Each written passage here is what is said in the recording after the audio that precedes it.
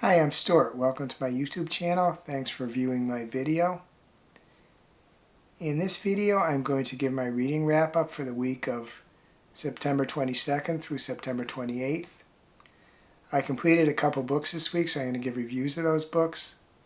I read parts of 3 other books, so I'll talk briefly about those 3 books.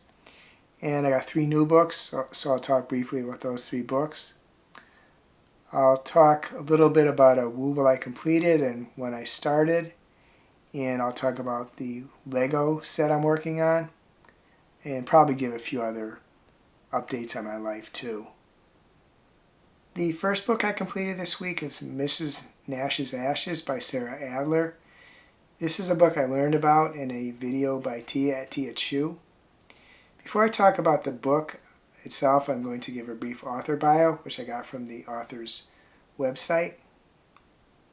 USA Today bestselling author Sarah Adler writes romantic comedies about lovable weirdos finding their happily ever afters. She lives in Maryland with her husband, daughter, and a very mischievous cat. When not working, you can find her attempting to course correct an ill-advised late afternoon nap with an equally ill-advised late afternoon coffee, as she is incapable of ever learning a lesson. Sarah's debut novel, Mrs. Nash's Ashes, is a USA Today bestseller and was selected as a New York Public Library Best Book of 2023. Her second, Happy Medium, is also a USA Today bestseller, and her third, Finders Keepers, will be published by Berkeley Penguin Random House in summer 2023.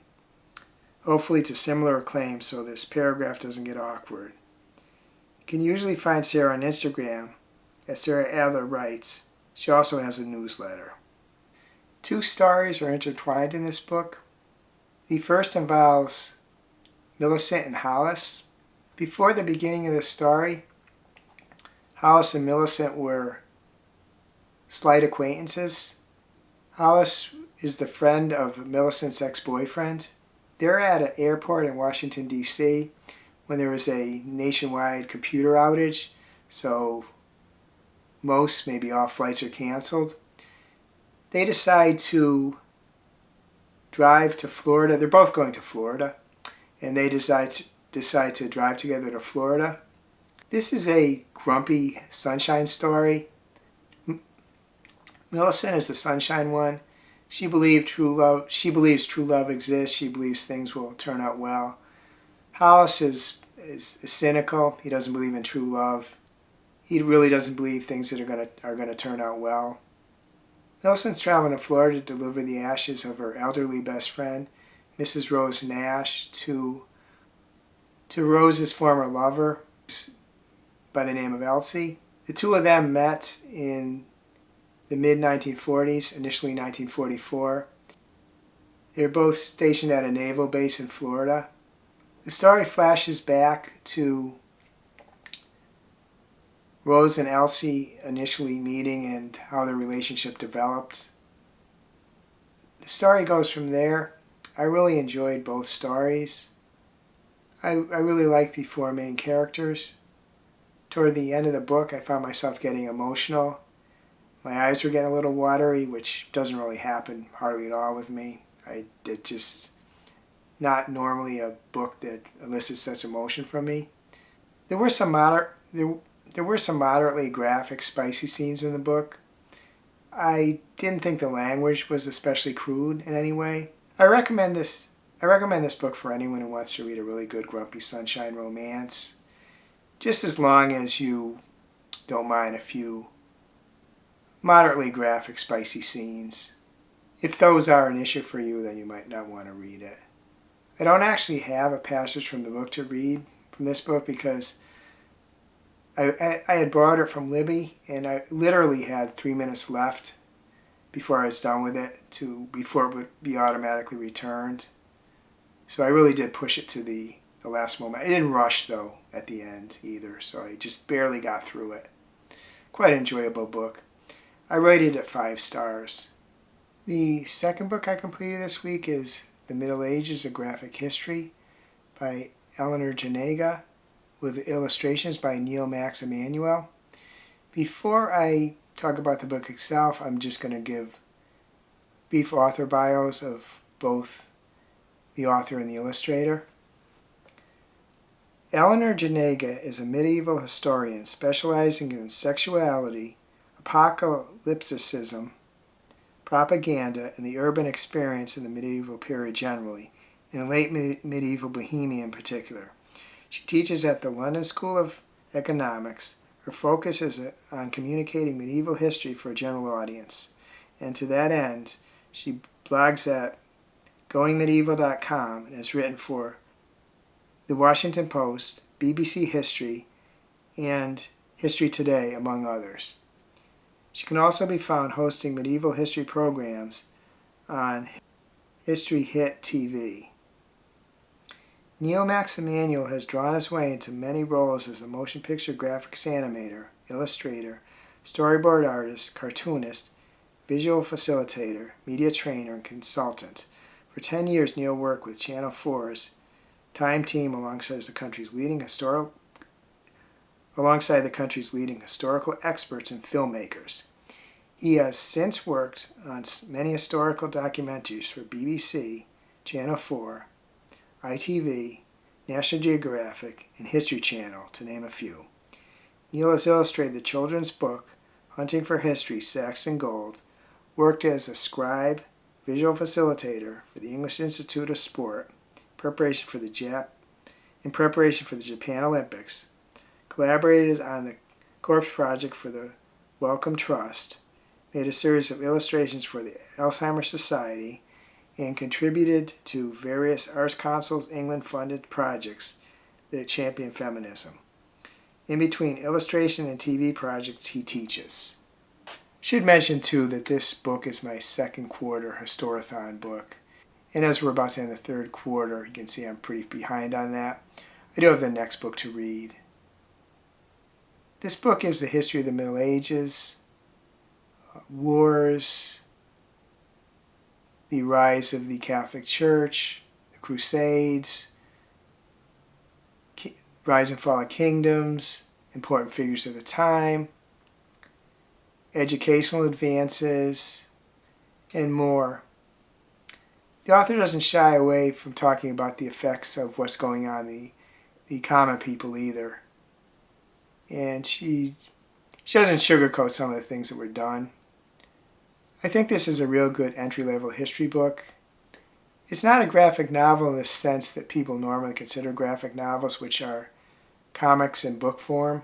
The way this book is set up is that the graphics are interspersed with the text.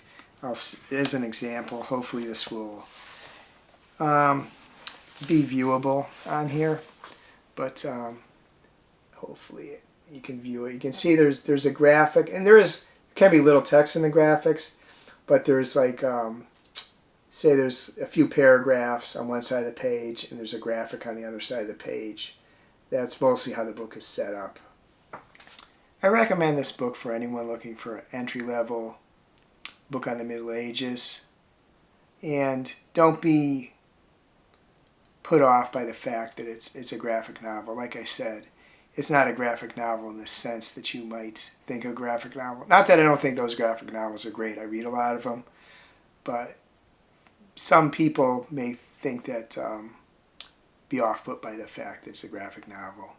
One thing I will say, though, is that some of the graphics get a little jokey, and people may be off-put by that, too, because they may want their history totally serious, and they may not like the jokey tone, some of the graphics. Not that the book isn't serious. It presents, things that happened, the good and the bad that happened. But some people might find that off-putting. Of course, if you're an experienced history reader, you're probably not going to read this. If you're really knowledgeable about the Middle Ages already, chances are you wouldn't read this. But it is a good entry-level book. I recommend it for that.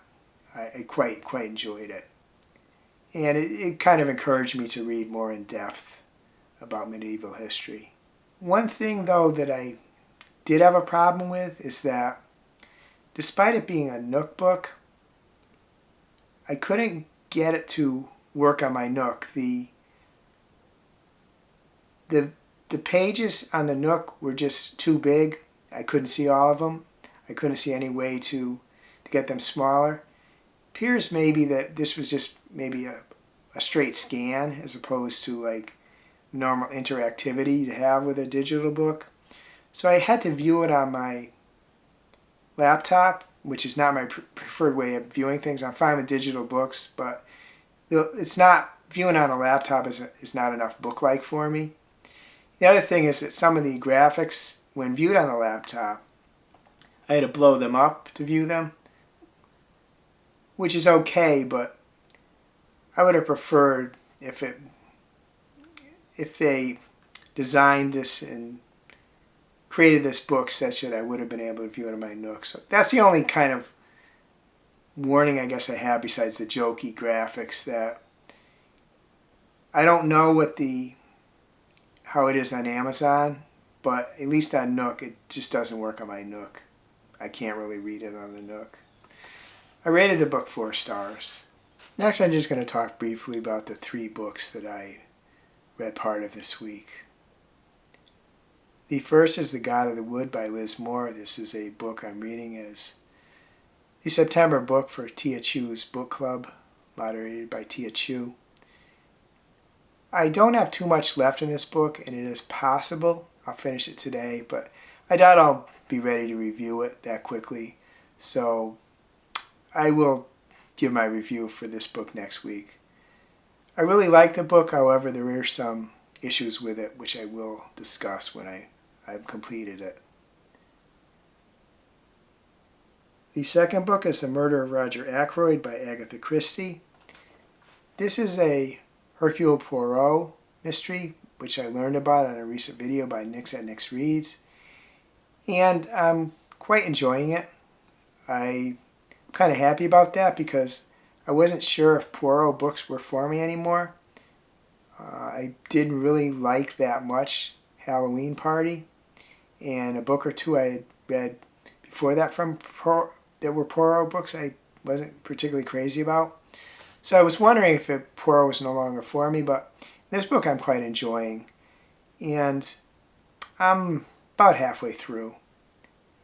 And enjoying this book after enjoying The Murder at the Vicarage, which was a Miss Marple book, which I talked about, I believe, in my last video, makes me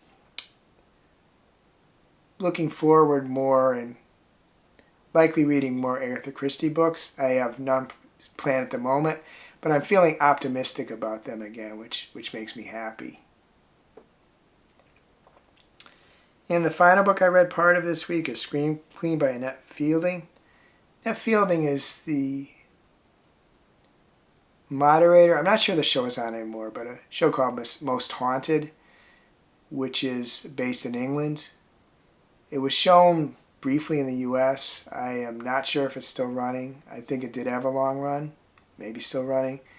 Basically, they go around to places where there was reputed paranormal activity and investigate the locations. I haven't looked at those type of shows recently, but there was a time where I really ate them up. I have to admit, though, that although these type of shows, sometimes I see something that seems a little strange, but there's never, I don't know if I'm ever like totally 100% convinced there's some supernatural event taking place. But there was a time I really enjoyed them, and I'm sure I would again. And in no way am I saying they were a guilty pleasure. I enjoyed them. I don't really have guilty pleasures. But a friend of mine was reading this book because her friend was a fan of Yvette Fielding, and so I got the ebook a little while back, and I'm reading it now. I'm enjoying it. It's not the most well-written book in the world, but I am enjoying it. And it's also an insight, too, in the TV industry in England, because Yvette Fielding was a child star, and as she grew up in various shows, and she doesn't shy away from talking about the slimy people she met along the way. There's good ones too, but there was was some slimy ones too. Next I want to talk about the 3 new books I got this week. First 2 I got from Libby. I had holds placed on them and they came through. The first is Natural Beauty by Ling Huang. I believe this book is a horror novel that discusses the beauty industry. I think the author is someone becomes, or I think the protagonist is someone who becomes more and more obsessed and getting in deep. And there's, I guess, strange going on. And it also talks about the how the beauty industry is so white-centered, not so much, not really minorities. It's really white-focused. I believe that's what one of the things this book's going to talk about. The second book is A Good Girl's Guide to Murder by Holly Jackson. I should remember more about this book. I've seen it a fair amount of times on YouTube. It was a long time, though, before my hold came through on it. But I believe it's a YA mystery. And the third book is Clowns vs. Spiders by Jeff Strand. I borrowed that on Kindle Unlimited. That is part of a YouTube book club I'm joining, and I'll talk a little bit more about that when I talk about the reading events I'm involved with. The Agatha group read on Voxer / I'm with the Band Book Club, moderated by MJ, is pretty much wrapped up for reading Agatha, and the next book is selected for October. It's Oryx and Crake by Margaret Atwood. I put a hold on Libby for it. It says it should come in 2 weeks, so I might not be able to start at the beginning of October as others were, but I need to make a better effort to, when I can, avoid buying new books, because I got a lot of them and should work on that. So if it looks like I'm not going to get this book in October from Libby, then I guess I will buy it so I can take part in the discussion. Tia Chu's book club, moderated by Tia Chu, is close to wrapping up for September.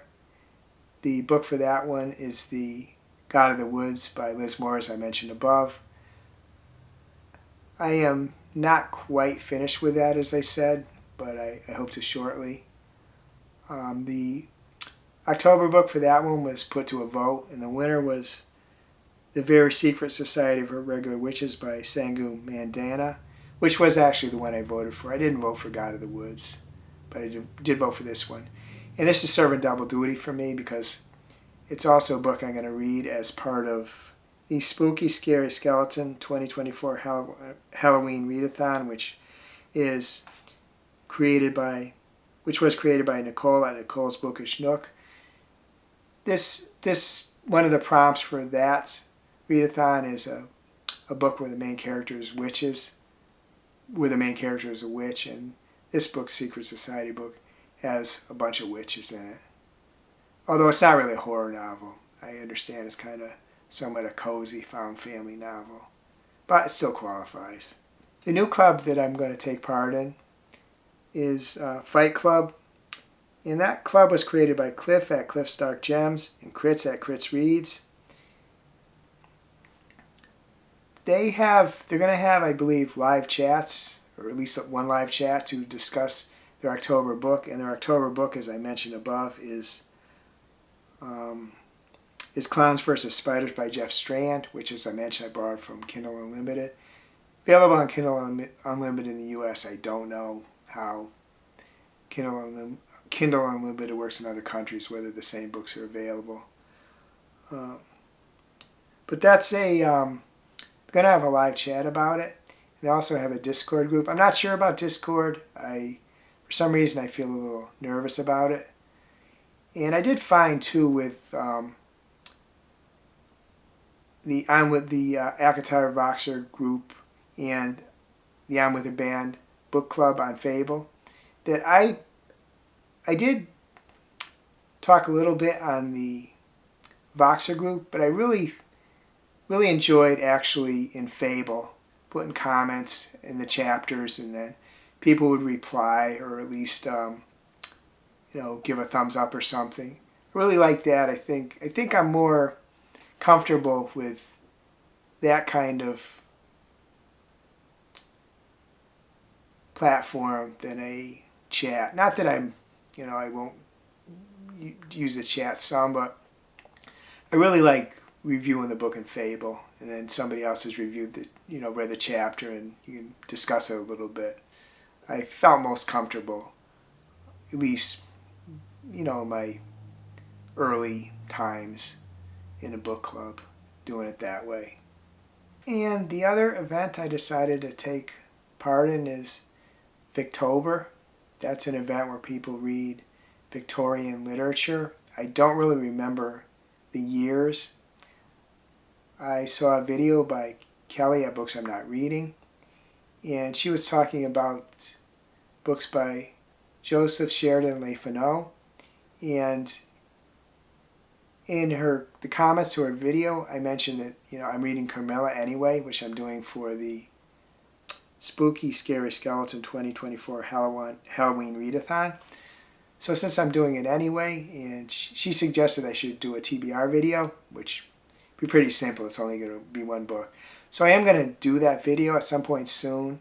So I'm taking part in that too. That's another one that does double duty, because I was going to read the book anyway. So I guess I'm getting extra credit, double credit for it, which is fine by me. I thought of reading Varney the Vampire, which is another book I have, but I looked and it's pretty long, so I don't think I can commit to reading that in October with the many other things I'm trying to read. Next, I'm just going to talk about a Wobble I completed and one I started working on. And the one I completed is Bjorn the Narwhal. See the side. Came out pretty well. Tail's a little off, but came out pretty well.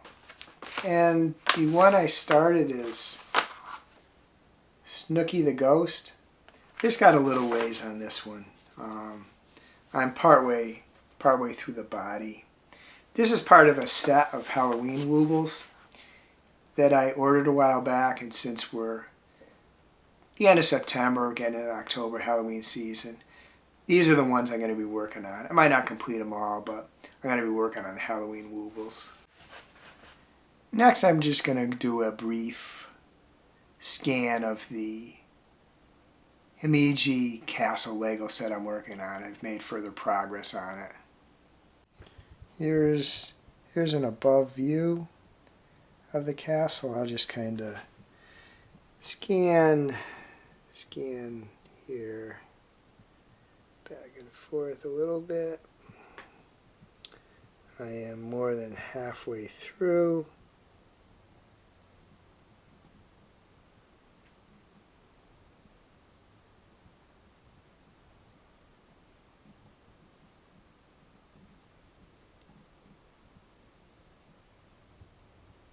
Now just a little bit so you can kind of see it from here, from the slightly elevated, but from the front view.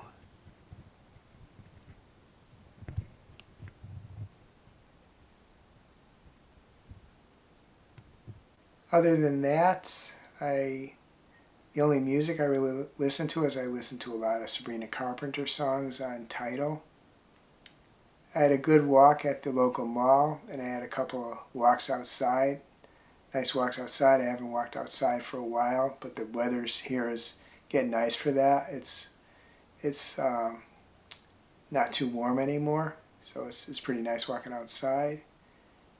And I did take a couple short videos of a couple local ponds that I walked by, so I'll include those so you can kind of hear the nature sounds of those.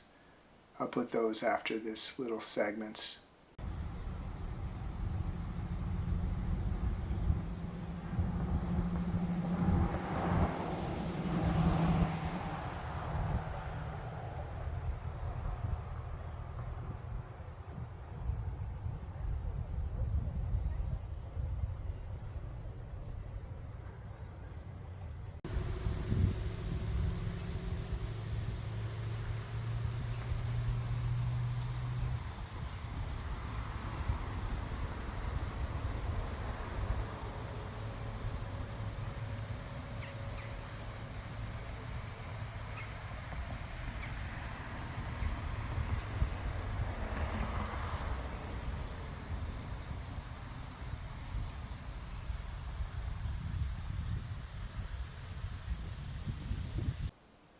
Other than that, the WNBA playoffs are taking part. I watched some of the games. The team I like, the Connecticut Sun, did win their first round series 2-0. I'd be interested in knowing how your reading week went. Please let me know in the comments if you'd like to share books you read, books you liked, maybe books you didn't like. Also other things going on in your life too if you feel comfortable sharing them. If you enjoy this video, please give it a like, please subscribe, please hit the bell to get notified when I upload future videos. I hope you have a wonderful reading week, and I hope you have a wonderful week in general.